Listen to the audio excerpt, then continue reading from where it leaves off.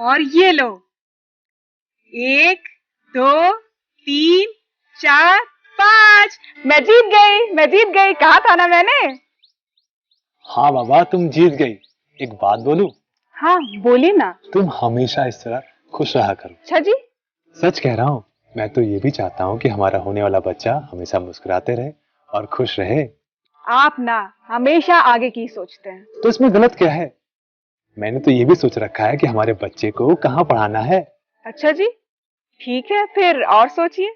मैंने तो कुछ और भी सोच रखा है। कि उसका नाम क्या होगा? नहीं, उसकी छठी कैसे करेंगे? बिल्कुल नहीं। तो फिर? मैंने तो ये सोच रखा है कि हमारे इस बच्चे और दूसरे बच्चे के बीच का अंतर कम से कम 3 साल का होगा। अच्छा जी, आपने तो मुझसे बिना पूछे ही निर्णय ले लिया। हट पगली, अभी तो मैंने सिर्फ सोचा है। वैसे भी अंतिम निर्णय तुम्हारा ही तो होगा। सच कहूं तो मैं भी कुछ ऐसा ही सोच रही थी, लेकिन ये सब होगा कैसे? कल उमेश भैया से बात हो रही थी। तो उन्होंने कहा कि जब भाभी गर्भवती थी तो हमने तो बच्चा पैदा होने से पहले ही सारी तैयारी कर ली थी। तैयारी? कैसी तैयारी भैया? तैयारी भी और जानकारी भी यही कि परिवार नियोजन के क्या क्या उपाय हैं और हमारे लिए क्या अच्छा है। अच्छा।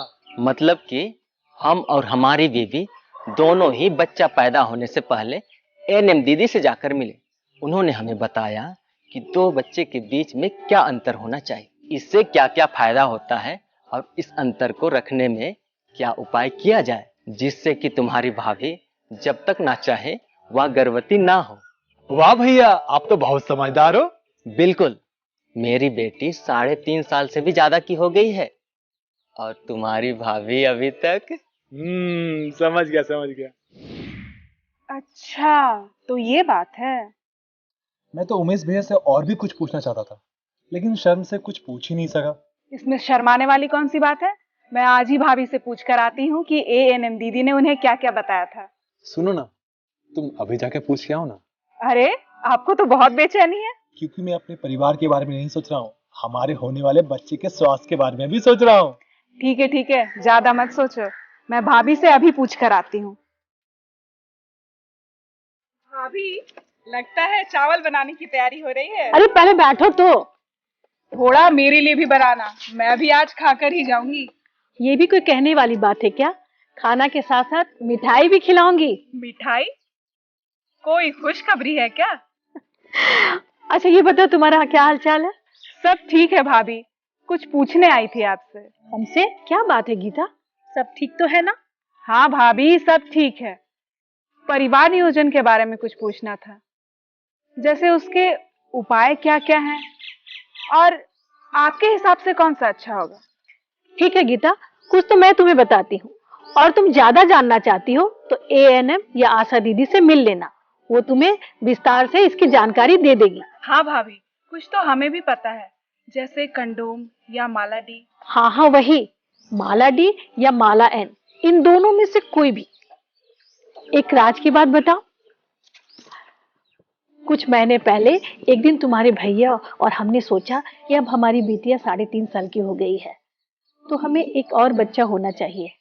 तो फिर क्या, मैंने माला डी खाना छोड़ दिया। मतलब कि आप भी माला डी ही खा रही थी? और क्या, अब तुम फिर से चाची बनने जा रही हो। अरे वाह भाभी, ये तो बहुत बड़ी खुशखबरी है। चलो चलो अंदर चल के बातें करते हैं, यहाँ बहुत धूप होने लगी है। चलो। ठीक है भाभी।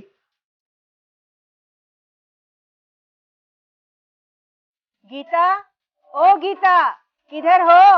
लगता है एनएम दीदी आई है। दीदी अंदर है, आ जाइए। नमस्ते दीदी। नमस्ते।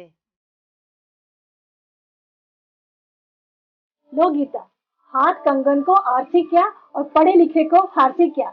लो, एनएम दीदी आ गई है, जो पूछना है पूछ लो इनसे। अरे मैं तो गीता के घर ही गई थी, वहाँ पता चला कि वो तो तुम्हारे घर आई है, तो मैं रमेश को लेकर यहाँ चली आई। अच्छा की दीदी, इन दोनों के साथ मैं कुछ और भी जान जाऊंगी। हाँ गीता, तुम गर्भवती हो ना, अपना ध्यान रख रही हो ना, और अपने होने वाले बच्चे का। और हाँ, अभी से ही परिवार नियोजन के बारे में सोचना शुरू कर दो। दीदी, ये हमसे 2 कदम आगे हैं, ये उसी के बारे में हमसे पूछने आई थी। बहुत बढ़िया। दीदी, हमने इसे माला डी और माला एन के बारे में अभी इसे बता दिया है। गीता, तुम अभी गर्भवती हो, इसलिए प्रसव के बाद यदि तुम परिवार नियोजन के लिए कुछ इसी तरह का गर्भ निरोधक लेना चाहती हो तो छाया या पीओपी ले सकती हो, क्योंकि इसके साथ ही तुम अपने बच्चे को स्तनपान करा सकती हो और फिर उसके बाद तुम दोनों मिलकर जो भी उपाय करना चाहो अपने परिवार नियोजन के लिए वो अपना सकती हो। ठीक है दीदी। और वो कॉपर टी? देखो, परिवार नियोजन के बहुत तरीके हैं और तुम अपने परिवार के जरूरत के हिसाब से कोई भी तरीका अपना सकती हो। कॉपर टी भी परिवार नियोजन का एक तरीका है जो लंबे समय तक के लिए लगाया जाता है और इसे जब चाहो आप लगवा सकते हो। और आजकल तो प्राय महिलाएं प्रसव के साथ ही इसे लगवा लेती हैं, क्योंकि उस समय इसे आसानी से लगाया जा सकता है। लेकिन लंबे समय के लिए? हाँ, इसका मतलब ये नहीं है कि तुम इसे बीच में निकलवा ही नहीं सकते। तुम्हें जब भी अगला बच्चा चाहिए उस समय इसे निकलवा सकते हो। और तुम दोनों भी प्रसव से पहले ही ये सोच विचार कर लेना कि परिवार नियोजन का कौन सा तरीका तुम्हें अपनाना है, और यदि कॉपर टी ही लगवाना हो तो उसी समय लगवा लेना। दीदी, पिछले बार आपने हमें ये भी बताया था कि जब तुम्हें लगे कि तुम्हारा परिवार पूरा हो गया है तो तुम्हें नसबंदी करा लेना चाहिए। बिल्कुल, लेकिन ये ध्यान रहे कि नसबंदी परिवार नियोजन का एक अस्थायी तरीका है। दीदी, हम और गीता अब बच्चा पैदा होने से पहले ये निर्णय ले लेंगे कि परिवार नियोजन का कौन सा तरीका अपनाना है।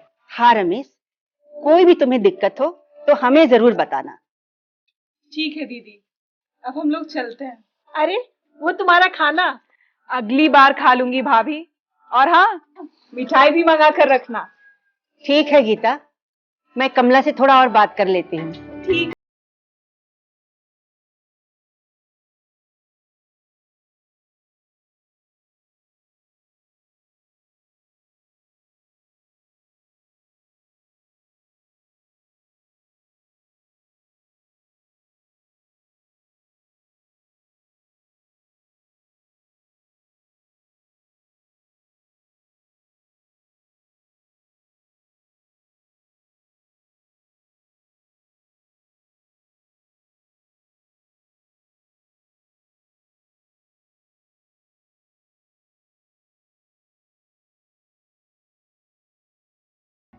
पति और पत्नी अपने परिवार की जरूरत के हिसाब से कोई भी तरीका अपना सकते हैं।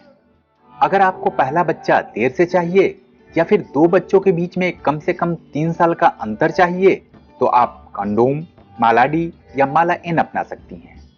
अगर आपको लगता है कि आपका परिवार अभी के लिए पूरा हो गया है लेकिन शायद भविष्य में आपको एक और बच्चा चाहिए तो आप कॉपर टी जैसा लंबे समय का उपाय अपना सकती हैं।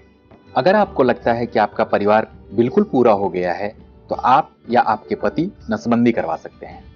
और अंत में, जैसा कि आप जानते हैं कि प्रसव के 6 महीने तक बच्चे को मां का दूध पिलाना बहुत जरूरी है, इसलिए प्रसव के बाद आप या तो कॉपर टी लगवा सकती हैं या गर्भ निरोधक गोलियां जैसे कि छाया या पीओपी ले सकती हैं।